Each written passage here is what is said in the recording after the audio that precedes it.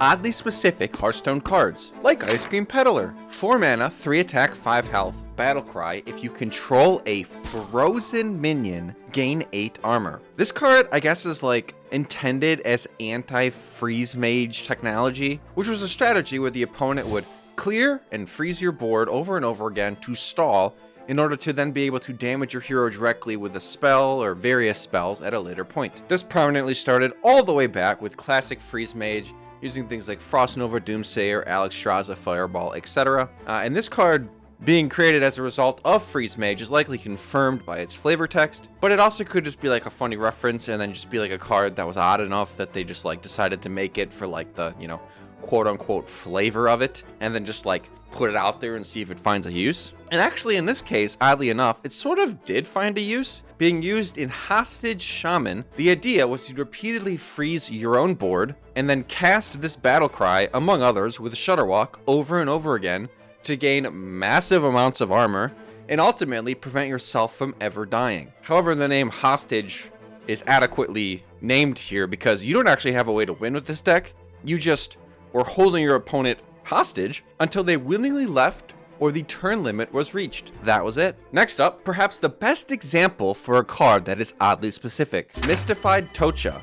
Battlecry, if the combined health of both heroes is exactly 42, set your hero's health to 42. The 42 reference on this card is a reference to the Hitchhiker's Guide to the Galaxy, where the answer to the ultimate question of life, the universe, and everything is 42. So that's why they've gone with that number. But I think this card is perfect for this because it's that like its effect is actually quite strong when you use it, right? This is a card that is balanced around its condition, right? Like if this said Battle Cry, set your hero's health to 42, it would be like the best card in the game, right? It'd be bonkers. But because its condition is so specific and so bad, not only does it allow it to be powerful when it goes off, but I doubt anyone plays around it. So you get major surprise benefits here when you actually somehow are able to play it. And I'd go so far as to say that no one's even thinking about it. Well, unless you're Clark.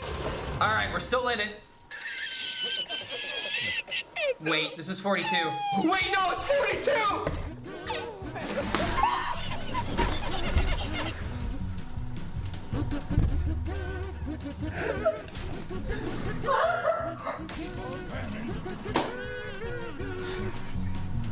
I fucking hate this game!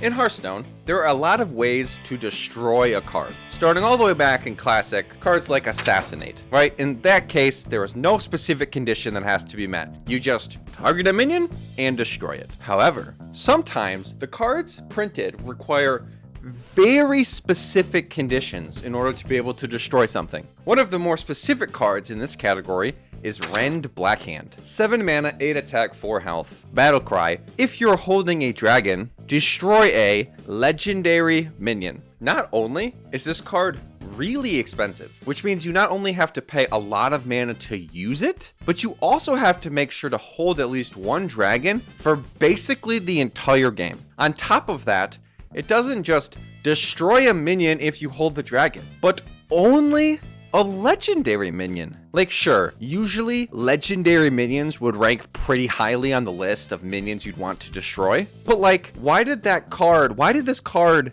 need this limiter on top of all the others of mana cost and holding a dragon that it already had? I reckon that this card could cost like 3 mana and not have the dragon limiter on it at all and still not be a good usable card.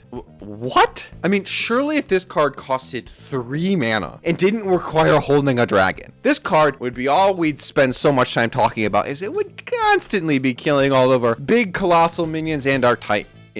Oh. Grim Totem Bounty Hunter. 3 mana, 4 attack, 2 health, Battlecry. Destroy an enemy legendary minion. This card exists and has for a while, releasing all the way back in Alterac Valley. Have you ever seen it? Have you ever played it? I certainly can't find anyone who ever has. While being less specific and cheaper, I still think it's too specific to be broadly powerful. I do at least understand in this case though why it is specific. If it didn't say legendary minion, this card would be an incredible single target removal. But it's really funny that a better version of Ren Blackhand exists that costs 4 less and is still not being looked at all. Hemet Nessingwary, another card that destroys very specific things. Okay class, it's time to design our next card. Any ideas? Yeah, you in the back. What about? Hear me out. Instead of only being able to destroy a legendary minion, how about we let the card only destroy a beast? And let's give it bad stats for the cost. At least those oddly specific minions destroy something. In the case of Dragon Slayer, it only actually slays a dragon if the dragon has 6 or less health. Thankfully, if played early enough in a game though, that's likely to be true, as this is a 3 mana card. Battlecry, deals 6 damage to a dragon. Thankfully, you don't have to like hold the dragon or anything. That wouldn't really make sense, right? Thematically, you're not a dragon slayer working along with a dragon. But it is another card that can only be used against one tribe. At least in this case though, there is massive flavor points with the name, because if you're gonna release a specific Hearthstone card, this is the way to do it.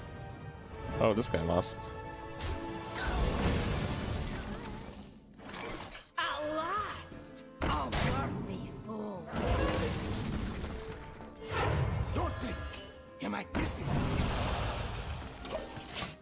Wow. Ironbeak Owl is such a not oddly specific Hearthstone card. It's just universally simple, universally good.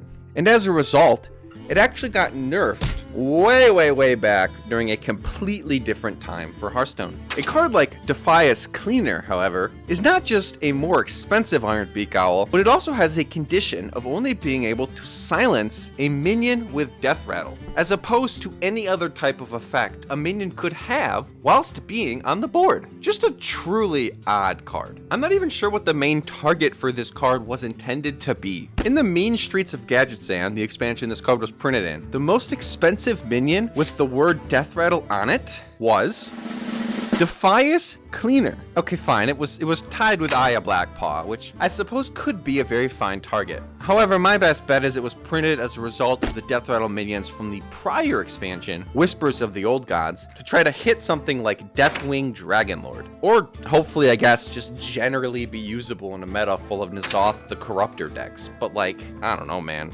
I didn't see it. I still don't see it. I don't think anybody saw it. Next up, we have one of the most confusing neutral cards printed in recent years. Roosting Gargoyle. I don't know why I said that funny. Just kind of felt zesty. 2 mana, 2 attack, 3 health, Roosting Gargoyle. Battlecry, give a friendly beast +2 attack. This card gives a friendly beast 2 attack. Sure, but it isn't a beast itself. It's also just a random gargoyle character, and it's a neutral card, which is kind of weird in its own right, as only really a few classes do anything with beasts. Why does this exist? What was the support they saw or thought would happen with this card in Castle Nathria? Well, with any card like this, the only human on Earth who's ever played it is Mark, where he used this card in Shudderwalk and other buff minions to make a large Stone Tusk Boar, because he could, and it's fun, and I don't know, why not? Up next, we have Ice Howl, a 9 mana, 10/10 minion with the words charge and the other words can't attack heroes. You know, at first glance, when you realize that this card came out before Rush was a keyword, all the way back in the Grand Tournament, you may think that specifying that it can't attack heroes makes sense. You know, it's like ancient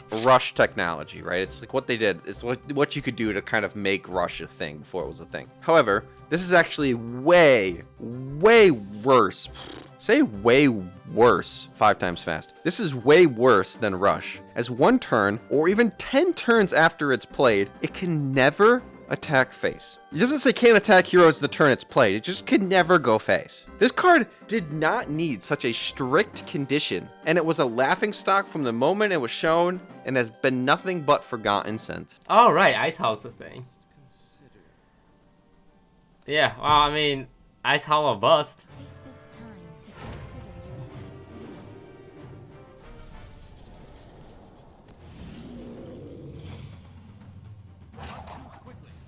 Alright, someone do the odds and put it in the Reddit comments when it happens and say why that's not impressive.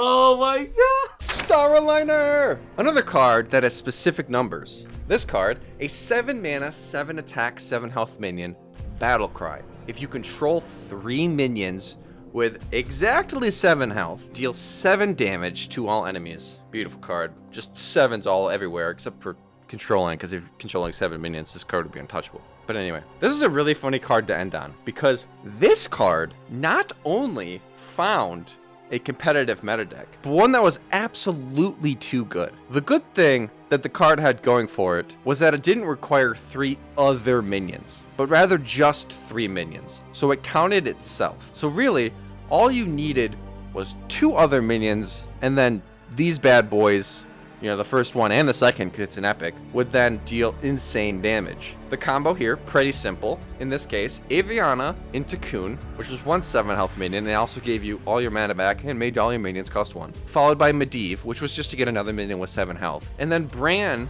to repeat both Starliners for a total of 28 damage.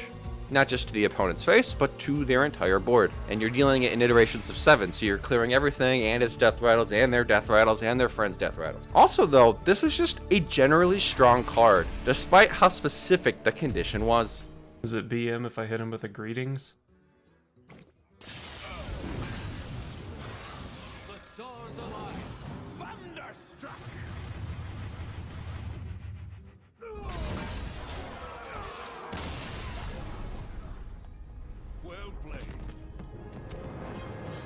Hey, thanks for watching. You know, my last video that I did talking was quite a long video, and it wasn't very concise. I was just kind of chatting about different cards, and it ended up being really, really long. So in this video, I'm trying something different where it's a lot shorter and a lot more concise. So if you enjoyed it, feel free to reward me with a sub. Hardly anybody who watches my videos is actually subscribed. And I think maybe part of that is because I just never ask for it, but I don't know if you've all just forgotten or if you all hate me, but you know, you could subscribe. That'd be kind of cool. Anyway, thanks for watching, and I'll see you in the next one.